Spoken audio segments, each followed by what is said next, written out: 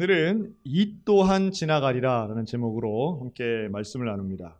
우리 마태복음 6장에는 반복해서 나온 표현 한 가지가 있는데요. 총 3번에 걸쳐서 나온 염려하지 말라라는 말씀이 있습니다. 근데 우리가 잘 알고 있습니다. 사실은 염려한다고 문제가 해결되지 않는 거 알지만, 그리고 솔직히 염려하기 싫지만 염려가 되는 걸 어떻게 하느냐라는 거죠. 그러나 성경은, 또 우리 주님은 분명하고 반복적으로 말씀하죠. 염려하지 말아라. 성경이 제일 많이 나오는 표현은 두려워하지 말라라고 한 말씀입니다. 사랑해라 보다 두려워하지 말라를 더 많이 나오고 있습니다. 그런데 오늘 본문은 염려하지 말아라, 그러면서 우리가 잊지 말아야 할 아주 중요한 말씀 하나를 주는데요. 한번 따라 할까요? 내일 일은 내일이 염려할 것이요. 여러분, 이 말씀을 한번 곰곰이 묵상하며 읽어보시기 바랍니다. 내일 일을 내일 가서 염려해라가 아닙니다. 오늘은 오늘 것만 염려하고 내일이 됐을 때 그거 염려해라, 이게 아니고, 그런 뜻이 아니에요. 그게 아니고, 내일은 누가 염려한대요? 내일이. 이게 문자적으로만 보면 날짜가 염려한다는 것처럼 보입니다. 이럴 수가 있나? 유체 이탈 화법인가? 뭐 이런 생각이 드는 거죠. 여러분, 이 말씀은 이렇게 읽었으면 좋겠습니다. 내일은 물론 아직 오지 않았기 때문이기도 하지만 누구도 인생은 내일을 확신할 수 없습니다. 즉, 내일은 아직 내 것이 아니라고 하는 겁니다. 내일에 있을 어떤 일이든 혹은 내일에 있을 어떤 걱정거리가 아직은 내 것이 아니라는 거예요. 그리고 또 하나, 염려하고 걱정하는 것은 하나님의 자녀가 할 만한 일이 아니라는 거예요. 왜요? 우리의 아버지는 여호와 하나님이시기 때문에 그렇습니다. 하나님이 말씀하시는 거예요. 하나님이 내가 책임지겠다, 내가 너와 함께 하겠다, 너가 염려하지 말아라. 그래도 우리 마음속에서 염려가 올라옵니다. 왜요? 아직 해결되지 않았기 때문이에요. 문제가 여전히 존재하기 때문이에요. 말씀대로만 척척되면 참 좋겠는데 그렇지 않더라는 거예요. 그런데 재밌게도 오늘 본문은, 이 마태복음 6장은 우리가 무엇을 염려하는지를 3가지를 정확히 찝어내서요. 무엇을 먹을까, 무엇을 마실까, 무엇을 입을까입니다. 대개 우리들이 염려하는 게 뭡니까? 경제적인 것, 건강, 인간관계, 이런 개인적인 문제에서부터 북한 문제, 일본 문제, 또 청년 실업, 취업, 결혼, 다양한 문제들까지 미래와 과거에 대해서 다 총체적으로 걱정하시는 분들도 참 많이 있습니다. 그런데 왜 예수님은 이 3가지, 뭘 먹을까, 뭘 마실까, 뭘 입을까를 말씀하실까요? 사실은 이 3가지는 다양한 우리 인생의 생활을 다 담고 있다 해도 과언이 아닙니다. 먼저, 여러분, 뭘 먹고 마신다, 여기에는 당연히 돈이 들어가겠지요. 돈이 있어야 먹고 마시지 않겠습니까? 그런데 간과하지 말아야 할 것은 아무나 먹는 게 아니라는 거예요. 여러분, 아프면 먹고 싶어요? 먹기 싫어요? 여러분, 말기 안병동 환우들을 보면 물 반 모금을 목으로 못 넘깁니다. 그걸 먹어야 되는데, 마셔야 되는데 그걸 못 먹고 못 마셔요. 안 들어간다고 말씀하세요. 불면증 환자가 참 많습니다. 너무 피곤한데 잠이 안 오는 거예요. 먹고 싶은데 못 먹는 거예요. 마셔야 되는 거 아는데 안 넘어가는 거예요. 여러분, 그러니까 더 악화되는 겁니다. 먹고 마시는 건 육체의 쾌락이 아니라 생존의 필수적인 조건이고, 어떤 이에겐 그게 오늘 하루의 가장 간절한 소원일 수 있다는 걸 아셔야 됩니다.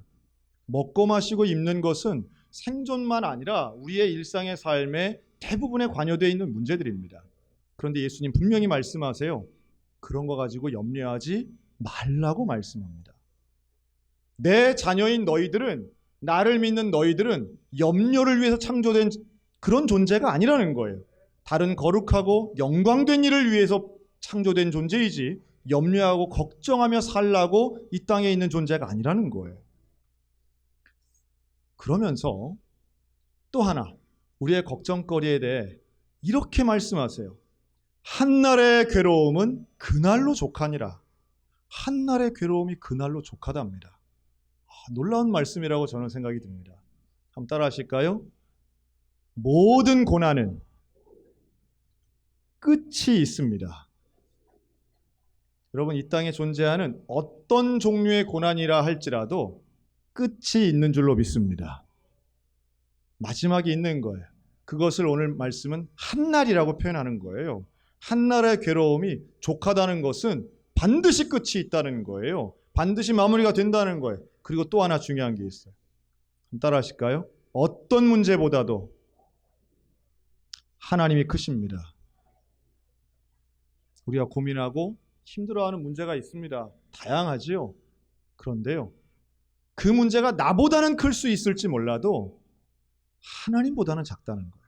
하나님의 능력, 하나님의 지혜, 하나님의 섭리보다 분명히 작고, 그렇기 때문에 그 고난, 그 문제는 끝이 있다라고 하는 거예요. 그런데 하나님 왜 그런 고난을 허락하실까요? 고난 한 복판에 있으면 그 고난이 전체인 것 같습니다. 아니, 어떨 때는 하나님보다도 그 고난과 문제가 더 커 보일 때도 사실 있어요. 저는 그런 문제가 올 때마다, 그런 문제에 힘들어하는 우리 성도들을 볼 때마다 하나님의 은혜를 깨닫기를 원합니다. 우리가 이런 말 하죠. 하나님께 염려를 맡긴다. 여러분, 이게 쉽든가요? 하나님께 맡긴다는 건 하나님께를 전적으로 의지하는 겁니다. 100% 의지하는 거, 이게 쉽지 않아요. 왜냐하면 우리에게는 그 문제를 해결할 수 있을 것 같은 다른 방법들이 보이기 때문입니다. 돈만 좀 더 있으면 해결될 것 같고요. 누가 좀만 도와주면 해결될 것 같고요. 이게 좀 시간이 더 있으면 해결할 것 같은 거, 뭐 이런 게 있습니다. 그런데 부족하니까 불평이 생기고, 안 도와주니까 불만이 있고, 저주가 내 입에서 막 나오는 거예요. 우리는 나의 경험, 나의 방법, 내가 보이고 내가 생각하는 것 때문에 하나님도 붙잡고 방법도 붙잡으려고 하는 거죠. 우리가 보면 두 개가 있으면 더 나을 것 같지만, 실제로 하나님이 원하시는 건 전심으로 하나님만 의지하기를 원하시는 줄로 믿습니다. 사실은 그걸 원하시기 때문에 때로는 고난도 주시는 거죠. 사람은 기본적으로 교만하기 때문에 내가 하려고 해요. 내가 어떻게든 할 방법을 간구한단 말이죠. 그 자체가 나쁜 건 아니지만 그렇기 때문에 하나님께 맡기기가 어려운 거예요. 하나님 앞에 전적으로 드리는 일이 거의 불가능해질 때가 있어요. 지금 우리가 어려운 문제 앞에 있습니까? 우리 사랑하는 성도들의 가정에 어려운 문제가 있습니까? 제가 볼 땐 거의 두 종류의 때에 하나님을 전적으로 의지하는 것 같아요. 고칠 수 없는 질병. 하다 현대의학이 안 된다고 얘기하는 그때야 비로소 하나님을 찾는 것 같아요. 그래서 많은 간증들이 질병과 연관되어 있습니다. 두 번째는 자녀 문제예요. 내가 안 된다, 내가 아무리 해도 안 되는 것을 결국은 고백하는 순간 하나님께만 맡기더라는 거예요. 제가 볼 때 그 두 가지 참 대표적인 문제인 것 같아요. 여러분, 안 됩니다. 안 되는 걸 인정하셔야 됩니다. 어려운 것, 힘든다, 내게 능력이 없다는 걸 인정하셔야 돼요. 다른 문제도 마찬가지입니다. 그리고 그 인정하는 데에서부터 하나님께 맡기는 일이 시작되고, 하나님께 맡기는 데에서부터 기적이 시작되는 줄로 믿습니다. 그래서 오늘 제목을 이렇게 정해봤어요. 한번 따라할까요? 이 또한 지나가리라. 이 또한 지나가리라는 말을 들으면 성경적이라기는 어렵겠지만, 그러나 그 말이 주는 감동이 있다고 저는 봅니다. 우리가 아무리 힘들어도, 아무리 어려워도 결국은 지나가더라는 거예요. 견뎌내면, 내가 서 있으면 바람처럼 지나가더라는 거예요.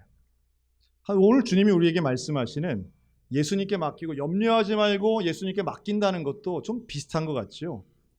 결국은 하나님께서 일해 주실 줄로 믿습니다. 하나님 우리와 함께 하시는 거예요. 자, 그런데 염려와 걱정거리를 맡긴다라고 해서 내가 아무것도 안 하는 건 아니에요. 유명한 구절이죠. 33절 바로 윗절에 보면 이렇게 말씀합니다. 그런즉 너희는 먼저 그의 나라와 그의 의를 구하라. 이렇게 말씀하세요. 하나님의 나라와 의를 구하는 것, 바로 내가 염려하고 걱정하는 그 시간, 그 장소에 하나님의 나라와 의를 구하는 것, 이것으로 바뀌어지는 역사가 일어나기를 주님의 이름으로 축복합니다. 걱정과 염려는 하나님께 맡기고 우리는 주의 나라와 그의 의를 위하여 기도하고 충성하면 이 모든 것 하나님이 허락해 주신다고 약속하세요. 이게 원리예요. 여러분, 이 원리를 믿고 하나님을 의지하며 내게 주어진 그 길을 정직하고 성실하게 그리고 거룩하게 걸어가면 결국은 영광된 삶을 맛보게 될 줄로 확신합니다. 이번 한 주간은 우리 교회가 단기 선교를 했던 주간입니다. 국내 단기 선교를 했어요. 그래서 지난 주일 저녁부터 출발한 우리 청년들이 평창군 거문리에 가서 거문교회 아이들하고 아주 즐거운 시간 풍요롭게 잘 지내고 왔습니다. 또 목요일부터는 목금토 2박 3일은 짧은 기간이지만 차로 5시간 걸리는 고군산 군도에 있는 우리 문여도에 잘 다녀왔습니다. 가서 무엇을 했는지는 여러분 밴드와 홈페이지 보시면 잘 아시리라고 생각하고, 또 다음 주 우리 발표회 때 뭐 시간 되면 보고하든지 아니면 그 다음에 하든지요 하고요. 오늘 제가 말씀드리고 싶은 것은 이번에 갔었던 그 고군산 중앙교회에 대한 이야기입니다. 이 교회가, 저는 그 교회를 한 10번 정도 방문했는데요. 전도사 때도 청년들 데리고 가고요. 부목사 때도 거기가 수련회도 하고요. 그랬습니다. 그런데 제가 그렇게 여러 차례 가고 20년 정도를 텀을 두고 가다 보니까 좀 익숙해지고 그 교회와 함께 저도 나이가 들어가는 것 같더라고요. 그리고 이번에 가서는 그 교회를 20년째 지금 지키고 있는 안창수 담임 목사님하고 얘기를 하면서 그런 생각이 드는 거예요. 이번에 우리가 이제 안에 내장재 공사도 했는데 그 본당 건물을 제가 가만히 보니까 이 건물이 만들어진 게 40년 전인 거예요. 근데 40년 전이면 이걸 어떻게 지었을까 하는 생각이 들더라고요. 그래서 목사님께도 물어보고 또 40년 전에 대한 아는 그 교회의 첫 번째 목회자를 제가 찾아서 인터뷰를 직접 했습니다. 이분이 누구냐 하면 최인식 전도사님이었습니다. 근데 이분이 신학교를 졸업한 바로 그 해에 지인의 결혼식에 참석하기 위해서 군산에 갔는데요. 그 군산에 가서 군산 중동교회 돌아가신 원로 목사님이죠. 김용훈 목사님을 만납니다. 근데 그분이 생전 처음 만났는데 그런 얘기를 하는 거예요. 전도사님이라면 복음을 전해야 된다고. 근데 어디서 전해야 되느냐? 군산 앞에는 무수히 많은 섬들이 있는데 그 섬에는 교회도 없고 목회자가 없어서 기다리는 사람들이 참 많다. 거기 가서 복음 전하면 좋겠다. 그 말씀이 최인식 전사님 마음을 뜨겁게 움직인 거예요. 그래서 그날로 배를 타고 선유도를 들어갔답니다. 왜냐하면 배가 가는 유일한 큰 섬이니까 선유도에서 다른 섬으로 갈 수 있는 거예요.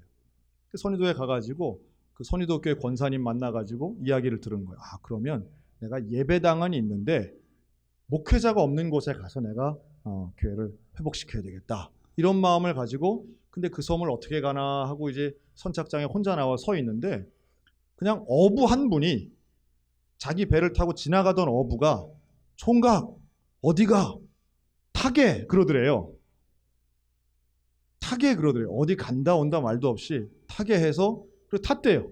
그랬더니 그분이 그 배가 가서 선 데가 문여도였던 거예요. 원래 가려던 섬이 거기가 아닌데 내려주니까 내릴 수밖에 없는 거죠. 그리고 가서는 이거 어떡하지? 그래서 처음 만난 분에게 물어봤답니다. 혹시 이 섬에 예수님을 믿는 사람이 있느냐? 그랬더니 그분 대답이 우리 섬에는 예수님을 믿는 사람이 딱 한 명 있다 그러더래요. 한 명.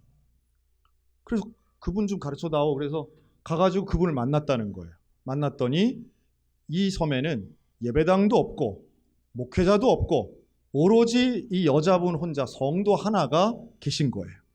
한 명인 그 성도에게 물어봤답니다. 그런데 성도님 어떻게 예수님을 믿게 되셨습니까? 그랬더니요, 이분이 한 10여 년 전에 우리 섬에 이성복 목사님이 오셔서 전도 집회를 하셨다는 거예요. 참고로 이성복 목사님은 우리 교단의 유명한 1세대 부흥사 목사님이십니다. 우리 어린이 공과 교재에도 나와요. 그래서 그때 전도 집회에 참석하고 예수를 믿게 됐다는 거예요. 그리고 그분 가시고 그냥 혼자 예수 믿고 있는 거예요. 성경 찬송 하나 가지고. 너무 놀라운 얘기죠. 이게 1978년도 얘기를 제가 지금 하고 있는 겁니다. 그래서 그러면 알겠다. 이 섬을 알고 이분을 아는 분은 오로지 이성공 목사님 하나밖에 없겠구나. 그 생각이 들었대요. 그런데 이미 그때는 이성공 목사님이 돌아가신 지 10년도 더 된 거예요. 그럼 어떻게 하나? 그래서 이성공 목사님 가족에게 한번 연락을 해봐야 되겠다. 그런 생각이 들어서 어렵게 우리 교단 목사님이시니까요. 연락을 했더니 그 부인 사모님, 이은실 사모님과 연락이 된 거예요. 그랬더니 전화를 했더니 그러면 한번 오시라고 하더래요. 배를 타고 서울까지 갔답니다. 가서는 그 사모님을 만났답니다. 근데 그 사모님 말씀이 놀랍게도 나도 그때 이성호 목사님과 함께 고군산 군도를 다녔습니다. 그리고 그곳의 열악한 환경을 보고 와서도 목사님 전국 다니셨지만 그 섬들을 위해서 늘 기도했습니다. 저도 문효도, 신시도, 야미도를 위해서 기도하면서 그 땅에 교회가 세워지게 해달라고 수십 년째 기도하고 있습니다. 그러시는 거예요. 생전 처음 만난 분인데. 그래서 전도사님 마음이 뜨거워지죠. 근데 그 자리에서 이은실 사모님이 전화를 하는데 누구에게 하느냐면 막내딸에게 한 거예요. 전화했더니 그 막내딸이 당장에 와서 교회 건축을 위해서 현금 50만 원을 주시더래요.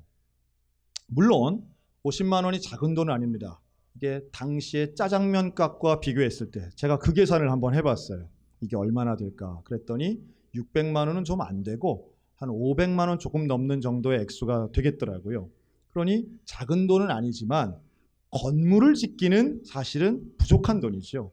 근데 최인식 전사님은 생애 처음으로 가장 큰 돈을 받은 거예요.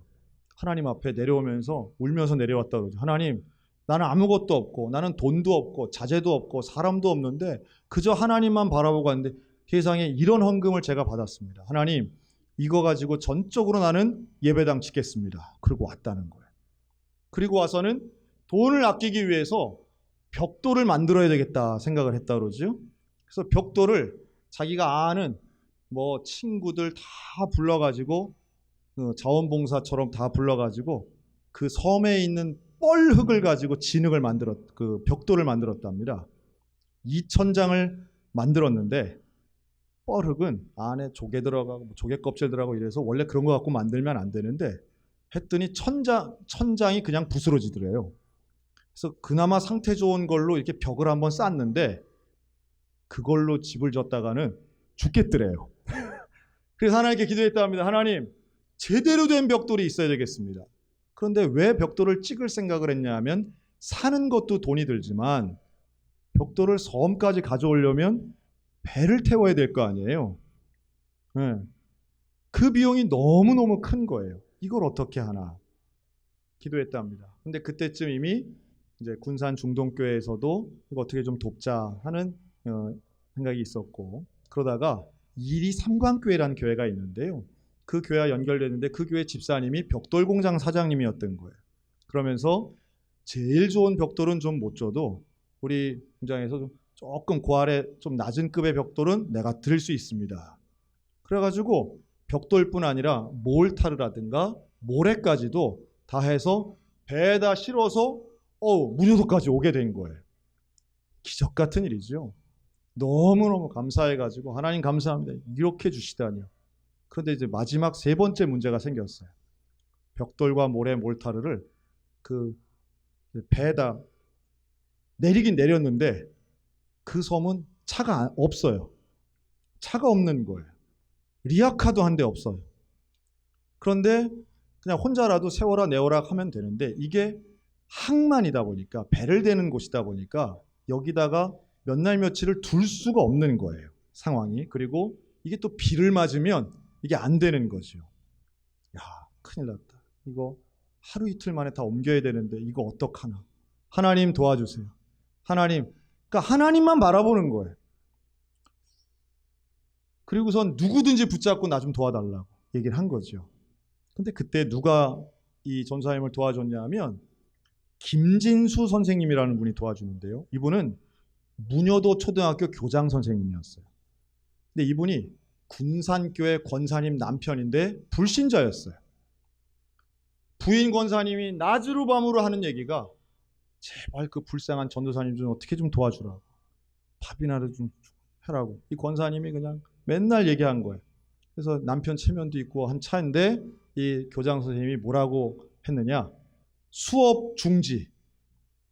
지금은 전교생이 6명이지만 그때는 제법 많았답니다. 전교생이 다 나온 거예요. 그리고 좀 지금 같으면 상상하기 어려운 일이지만 그 어린아이들이 일렬로 서가지고 벽돌을 나르기 시작합니다. 그 아이들이 모래를 나르기 시작합니다. 다른 도구가 없어서 손으로 이렇게 1학년짜리들이 이렇게 날랐대요. 그렇게 해서 예배당을 지었다는 거예요. 놀라운 일 아니겠어요? 그리고 더 놀라운 건 그 예배당을 지을 때 전도사님 나이가 23살이었습니다. 그리고 지어놓은 그 예배당에 아이들을 전도합니다. 노래를 합니다. 찬양을 가르칩니다. 주일학교가 시작되고 사람들이 모여들기 시작한 거예요. 그 문여도에서 이 전도사님은 결혼도 했습니다. 그 창고 같은 방에서 신혼집을 열었고요. 그리고 그 예배당에서 하나님 앞에 그렇게 기도했다고 해요. 하나님, 죽어도 좋으니까 교회를 세워달라고.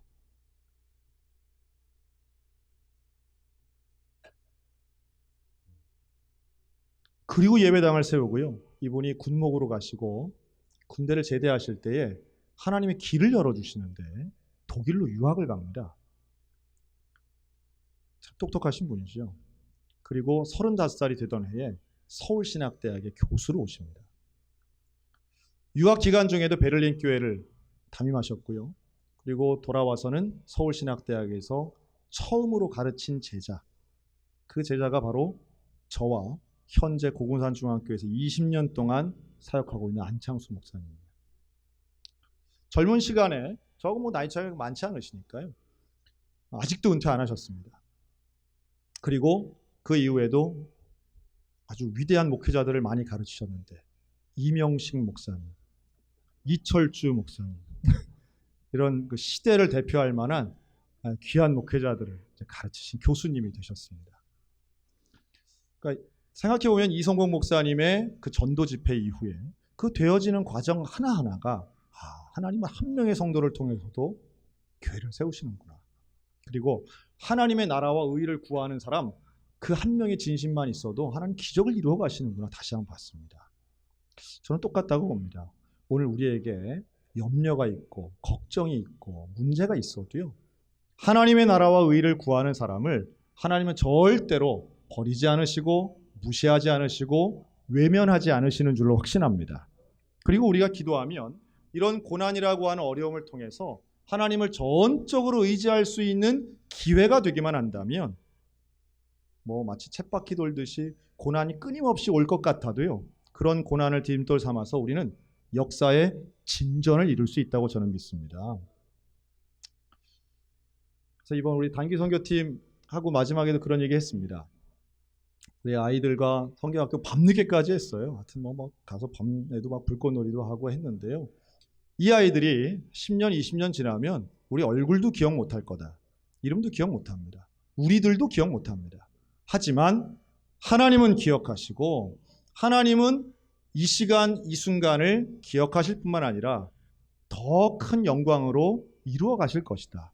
우리가 그 도구가 된다면 하나님께 영광 돌리는 것이죠. 세상의 모든 것 영원한 게 별로 없습니다. 다 지나갑니다. 그러나 그 지나가는 속에 하나님과 함께 하시기를 주의 이름으로 축원합니다. 걱정과 염려는 내일이 염려하도록 두고 하나님께 온전히 맡기고 우리는 주의 나라와 주의 의를 구하는 거룩하고 온전한 믿음 가지고 오늘도 우리 주님과 함께 용기 가지고 살아가시기를 축원합니다. 능력 주시는 하나님 앞에 다시 한번 믿음의 발걸음을 내디디시기 바랍니다. 그러면 하나님이 열어주시고 분명히 고난의 끝을 보여주시며 하나님이 얼마나 능력 있고 우리를 사랑하시는가를 보여주시리라고 믿습니다. 교회가 그 증거이고 우리가 그 증거가 될 것입니다. 하나님이 쓰시는 역사 속에 온전한 주인공 되는 저희 여러분들 다 되시기를 우리 주님의 이름으로 축원합니다.